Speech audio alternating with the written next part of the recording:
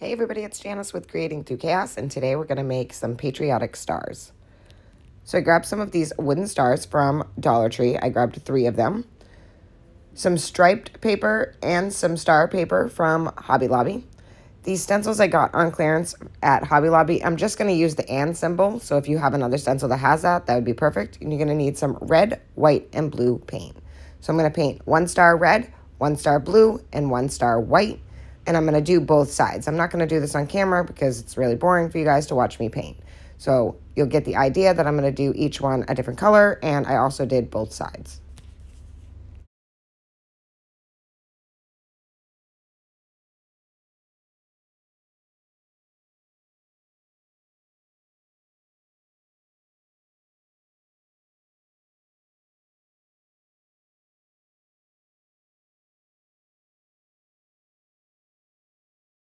Once I had them all painted, I'm going to take my red and my blue star and my scrapbook paper that I had cut out.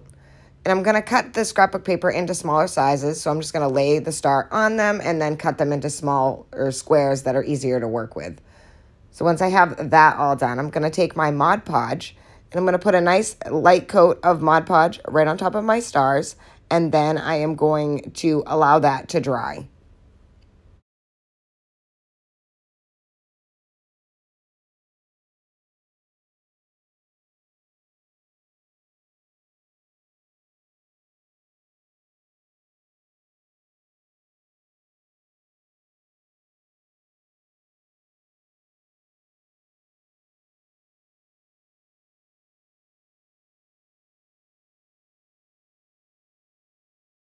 Once it was all dry, I'm going to take my scrapbook paper and lay it on my stars and put my parchment paper on it, and I'm just going to use my little mini iron and iron that scrapbook paper on. I'm going to do the same thing to the blue star with the star paper. And I just go over it a few times just to make sure that it's very well adhered. Once I have it all adhered, I'm just going to take my scissors and cut around the edges of the paper on both stars. And then I took a piece of sandpaper or my sanding block from Dollar Tree, and I am going to sand off the excess. I also kind of wanted them to have a rustic look, and that's another reason why I used the sandpaper.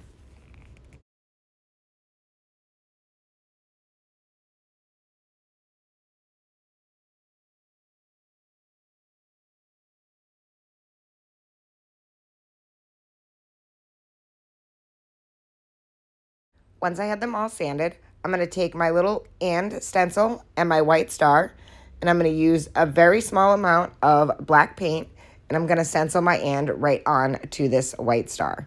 I just used a little sponge pouncer to do so with a very little bit of paint. Once I had it all stenciled, I'm going to take a smaller paintbrush and I'm going to fill in the little holes that are left from a stencil so you can see where the letters aren't fully connected or the lines aren't fully connected, and I'm going to fill those in. And I just use a small paintbrush just to make sure that that's all filled in, and it just gives it more of a finished look, at least I think.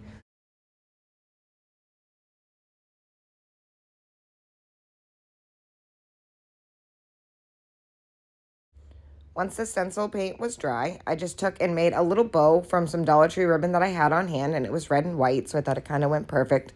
And I'm going to glue that right where the little hole is on the white star. I didn't get to cover that with the scrapbook paper so you could see it. Then I had a little rusty star, and I added that to the center.